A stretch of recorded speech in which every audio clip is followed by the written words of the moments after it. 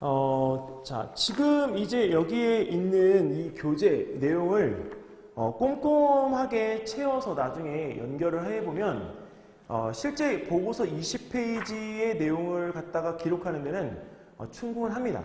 그리고 왜냐면 이거는 선생님이 빈칸으로 이렇게 다 놔두기는 했지만 사실 이 부분을 갖다가 꼼꼼하게 채운다는 거의 의미를 되게 잘 해석해야 되는데 해본 경험이 없기 때문에 약간 우리가 여기서 할 때 해본 적이 없어서요 라는 이야기들을 하면서 얼버무리거나 아니면 그냥 이렇게 누군가가 이렇게 좀 팁을 줄 거라고 생각하는 경우들이 많은 것 같아요.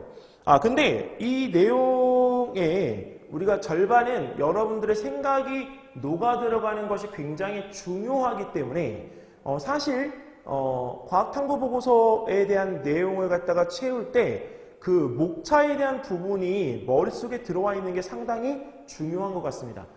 일단은 그 맨 이 책의 특강교재에 앞에 보게끔 되어지면 이렇게 그 보고서의 맨 앞에 들어가야 되는 제본의 형태가 나와 있고요.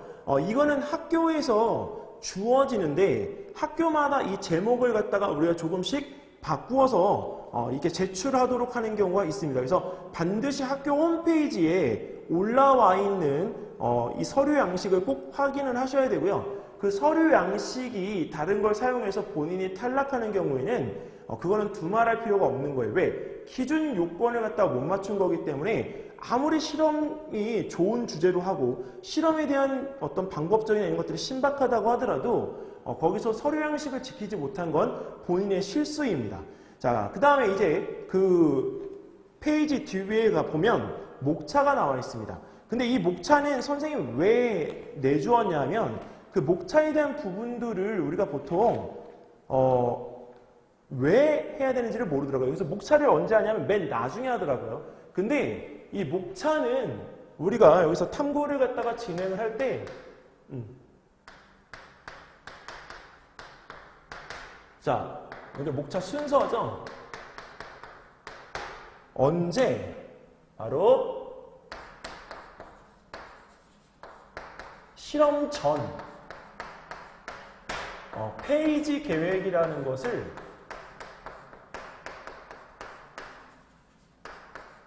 먼저 해보면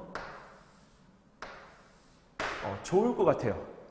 페이지 계획이라고 하는 거는 뭐냐면 우리가 여기서 목차라고 하는 거 할 때 일단은 맨 처음에 우리가 여기서 제본이 들어가고 제본 자, 그 다음에 여기서 우리가 목차가 들어가는데 보통 요 내용은 이 목차에 기록하지 않습니다. 않아요.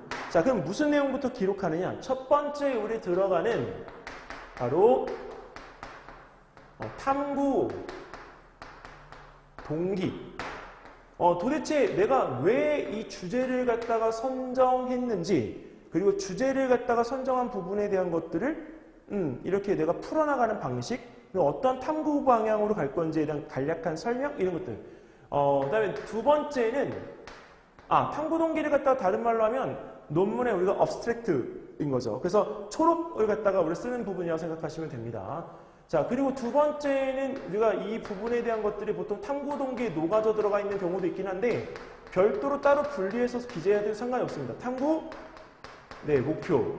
자, 그 다음에 세 번째에 대한 이 부분이 바로 이론적 배경과 선행 연구에 대한 고찰입니다. 근데 이론적 배경하고 선행 연구에 대한 이 고찰은 별도로 따로 분리해도 되기 때문에 굳이 한 칸에 다 하지 않아도 상관이 없어요.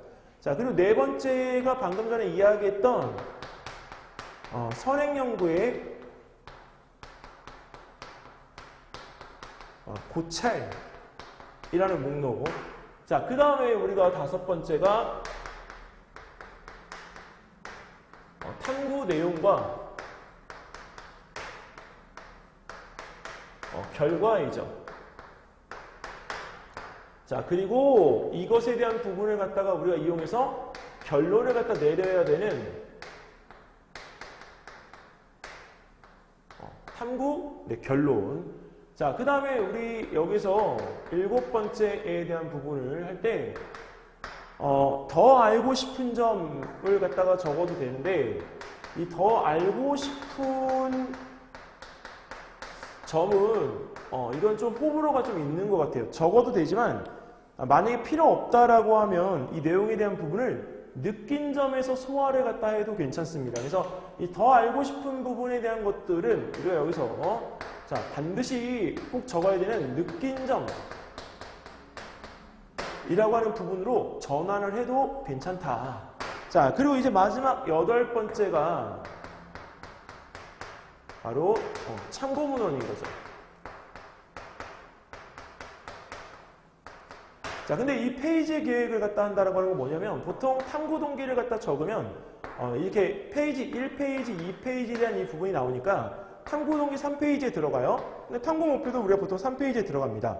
근데 어떤 친구들은 주제에 상관없이 이제 보고서의 페이지만을 갖다 생각을 하다 보니까 여기서 이 이론적 배경만 한 10페이지 적어버려요. 자, 그럼 한 10페이지를 적었다고 가정해볼까요? 자, 그러면 자 여기서 우리가 3페이지인데 얘가 4페이지부터 들어가서 10페이지니까 선행연구에 대한 고찰이 15페이지에 들어가 버려요. 그러면 되겠어요? 오호. 그래서 이 부분에 대한 거의 페이지에 대한 어떤 계획이 충분히 있어야 된다. 그래서 이론적 배경에 대한 이 부분은 보통 여기서 우리가 4페이지부터 시작하게 되면 많이 들어가면 보통 우리가 한 3페이지 정도 필요한 개념만 들어가니까 자 그러면 여기 이 부분이 4, 5, 6이니까 7페이지부터 들어가겠죠. 그래서 선행연구는 논문을 갖다가 그대로 베끼는 것이 아니라 논문에 대해 나와 있는 어떤 실험적인 방법이나 이런 것들을 내가 충분히 숙지한 뒤에 그것들에 대한 부분을 내가 이해한 내용으로 바꾸고요. 그 내용에 대한 부분을 갖다가 이용해서 내 실험의 탐구가 어떻게 진행됐는지를 갖다 해줘야 되기 때문에 그것도 보통 많으면 한 3개, 그 다음에 적으면 한두 개 이렇게 되기 때문에 페이지상으로 이것도 한 2페이지 정도가 되어집니다. 그러면 이 다음 페이지는 어디? 10페이지부터가 되겠죠. 이렇게 해도 벌써 어떻게 돼요? 절반이에요. 그래서 보고서 쓸 때 너무 부담을 갖지 않아도 된다는 내용이 바로 이런 내용입니다. 자, 그럼 이 탐구 내용과 결과에 대한 부분이 보통 실험 하나에 자, 우리 실험 자, 한 가지에 우리 들어가야 되는 페이지, 소요되는 페이지가 3페이지 정도 자, 소요가 되니까 적으면 2페이지. 그러면 실험 플러스 2가지만 들어간다고 하더라도 5페이지, 6페이지가 들어가게끔 되죠. 자, 그러면 여기는 이 부분에 대한 거 우리가 실험 3개까지 해서 여기 한 7페이지 정도, 6페이지 정도 썼다. 그럼 다음에 우리가 페이지 적어야 되는 건 얘가 17페이지입니다. 자, 근데 결론도 한 페이지에 우리가 쉽게 되지 않아요. 그래서 그 17페이지를 갖다가 하게 되면 보통 3페이지를 갖다 쓴다고 했을 때 17, 18, 19. 그럼 여기는 느낀 점 어떻게 되죠? 그럼 여기 19페이지. 그 다음에 참고문헌 20페이지. 그럼 벌써 이게 보고서에 내용이 다 나오게 되었죠. 그래서 이 부분을 갖다가 정해놓고 하면서 나중에 최종적으로 편집을 하게 되면 보고서 쓰기가 한결 쉬워진다는 겁니다. 자, 그러면 지금 이 부분에서 이 보고서의 페이지 계획을 여러분들이 직접 한번 해보시겠어요? 해보시고 나서 저 내용을 가지고서 탐구 동기는 어떻게 쓰는지, 탐구 목표는 어떻게 쓰는지, 자, 그 내용들에 대한 것들을 살펴보도록 하겠습니다.